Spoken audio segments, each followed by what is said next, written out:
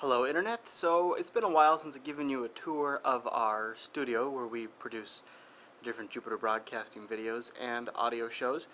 Now it's a little messy, but the timing seemed good because I have some plans down the road, so I wanted to get a kind of a snapshot of where it's at right now. Probably would normally not show it in this current state, but it's gotten kind of messy after several back-to-back shows because I also do my day job video productions here, so it kind of gets overused. But now's kind of a good time production-wise. I'm not filming anything for the next day or so. It's really late. Everyone's gone home. The wife and kid are in bed because I shoot in my garage. I've converted a bay in my garage to a studio.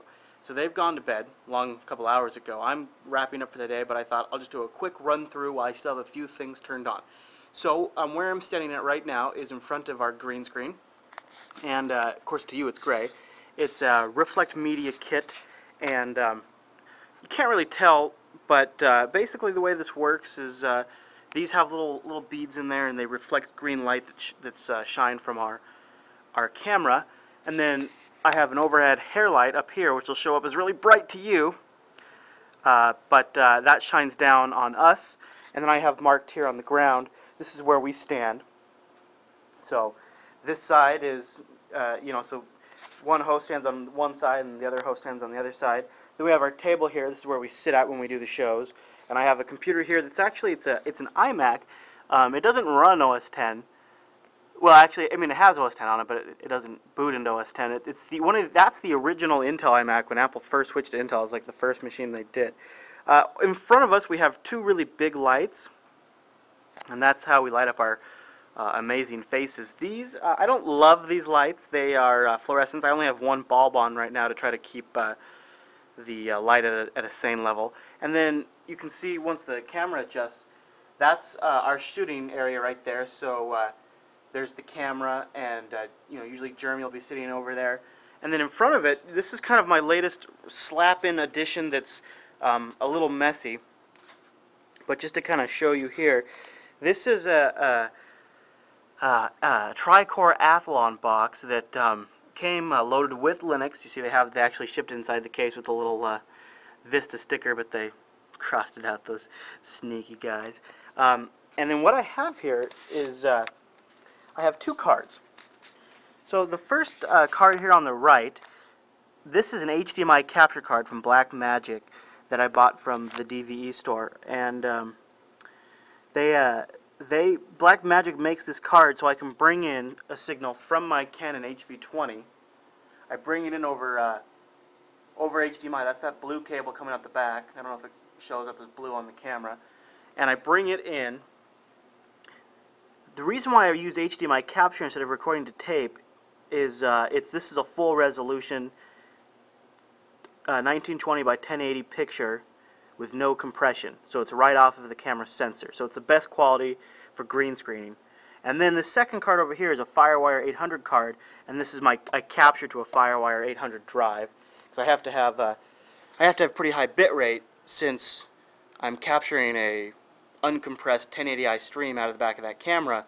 I need to be able to store it to a drive that can save fast enough, and the internal drive on this guy which just wasn't fast enough, plus running the OS, it was just too much for one drive, so I had to move it off.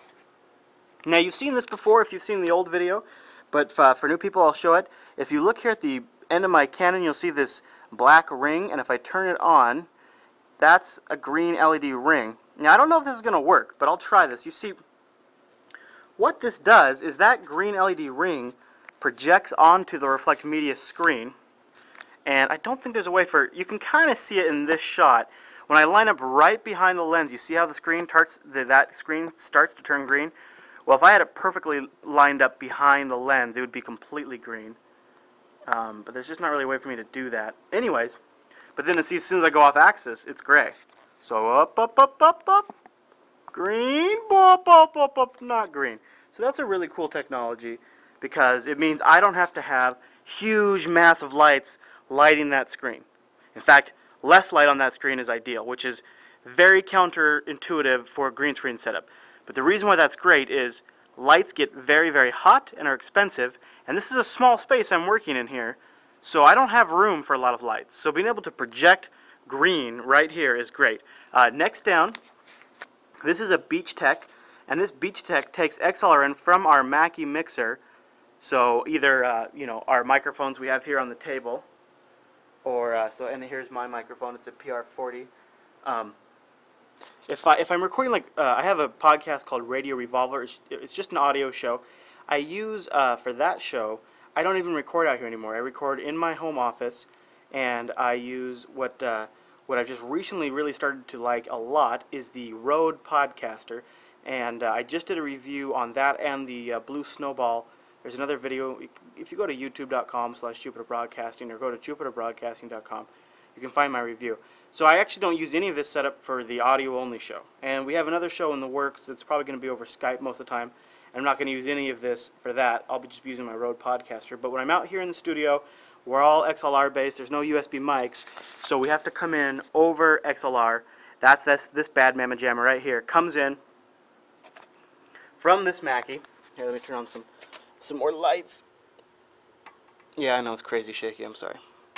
So this Mackie here pumps out XLR, that's these cables right here, into this Beach Tech, which then feeds into the camera. So it's pretty simple. And then here's that HDMI out again I was showing you. The other thing we do is we do FireWire out from the Canon HV20. So we've got HDMI going out, and I'll often have FireWire. I keep a FireWire cable handy, and we'll do FireWire out into this Dell down here, which dual boots Ubuntu Studio, and it dual boots well, Mac OS 10-ish. I guess you could call it Mac. It's you know what I mean. It's Mac OS 10, but you know what I mean. And it also has a drive in there for Windows 7, which is a separate drive, but it doesn't usually run on that when doing video capture. So I bring FireWire into this Hackintosh Dell running OS 10, and I use a program called Wirecast to do our live stream. So if you watch a Jupiter Broadcasting live stream, then you'll see we do live green screen chroma keying, and then we also stream it to Ustream, and we also save a local H.264, which later gets posted to YouTube and Blip TV and Vidler and all the other sites that we go to. So Wirecast enables that. Wirecast can't handle, at least as far as I've been able to determine, Wirecast can't handle the 1080i full resolution HDMI signal. It's designed to handle an HDV compressed stream over FireWire. So I have to have one computer capturing the HDMI full resolution for archival and for later high resolution release. Like when we do A Beer is Tasty, when those get posted online, those are videos shot with the HDMI output. When you watch a behind-the-scenes recording of the Linux Action Show or the Computer Action Show or Casablasta, that was taken from the FireWire, and you can clearly see the difference. Now, I'm working on, what I'm going to start doing is releasing the HDMI versions of those videos later on in the week. But in order to do the live streaming and to get, and you know, it's still a 720p picture when I'm pumping it into the FireWire, into Wirecast. So it's still a great picture. It's just I like to be anal about the whole thing. So here we have the first monitor runs the Dell that runs OS 10 or Ubuntu Studio. The second monitor runs a Audacity recording box. So this is where we do audio recording separately through an M-Audio Fast Track Pro. And then we have this third monitor, which is the HDMI capture monitoring system. So you notice already, like if you look down here, this is where Jeremy has to sit. We've got 3 mice, 2 keyboards, and the other keyboard's on the floor. So there's actually 3 keyboards because there's not enough room up here. And I've tried messing with like Synergy to do like a virtual KVM, because the thing is you have to be able to monitor all these screens at once. So I can't do a physical KVM and switch between them because they actually have to be up. And then he's also monitoring the board, and of course he's watching the show to make sure we don't have something on our face. So this is kind of the solution I've come up with. Now you see right here I have a little eyesight. This is the Jeremy cam. So if you wanted to flip something on in Wirecast, you can have multiple cameras. So when he wants to say something, when he activates this camera by pressing one of the F keys on this keyboard, it also activates the microphone in the eyesight. So it's kind of nice because he can hit a button and he instantly gets a microphone and a camera on him, and it's kind of cool. And I just kind of wedged it here between these monitors because I'm a quick and dirty bastard, as you can see by some of this stuff. And then the last thing I will show you in the studio that I think maybe you know, is going to be one of the things I have planned. This is specifically one of the things I plan to change. Oh, one last piece of gear here is this Natty wireless unit, which does 4 wireless mics, XLR out. So when we do Beer is Tasty, we use this unit. Anyways, so one of the things I plan to change soon is this is the room cam, and it's just up here. You see this? I'm in a converted garage, right? So there's my garage door, and I've just stuck a Logitech, and it's a good Logitech, but it's just a Logitech web camera, and I just stuck it up there on one of the rails, and it points down at the table here, and that's our room cam. But it's kind of a cool shot. It's fun, so why not? So I think, one last thing I'll show you that I use for my day job, I don't really use in the Jupiter Broadcasting productions, is this Matrox Mini, MXO, I think MXO Mini, I think is what it's called. This is another way to do HDMI capture. So instead of using this little black magic card here, which is a great device, I'll use this Matrox card, which is a great device, or this Matrox box. And you notice one thing that jumps out at you with this Matrox box is I can also bring in component and RCA connections. So if I wanted to capture a DVD or a Xbox 360, I could do that with this unit. And then the nice thing about this guy is because it's portable, it comes with an express card, at least the model I bought, and so I can record out on the road. So if I'm doing like an interview for my company for like a testimonial about how great True North ITG is, I can bring that with me and I can capture directly off the HDMI port of the Canon. So even out in the field, I can still get really great quality video.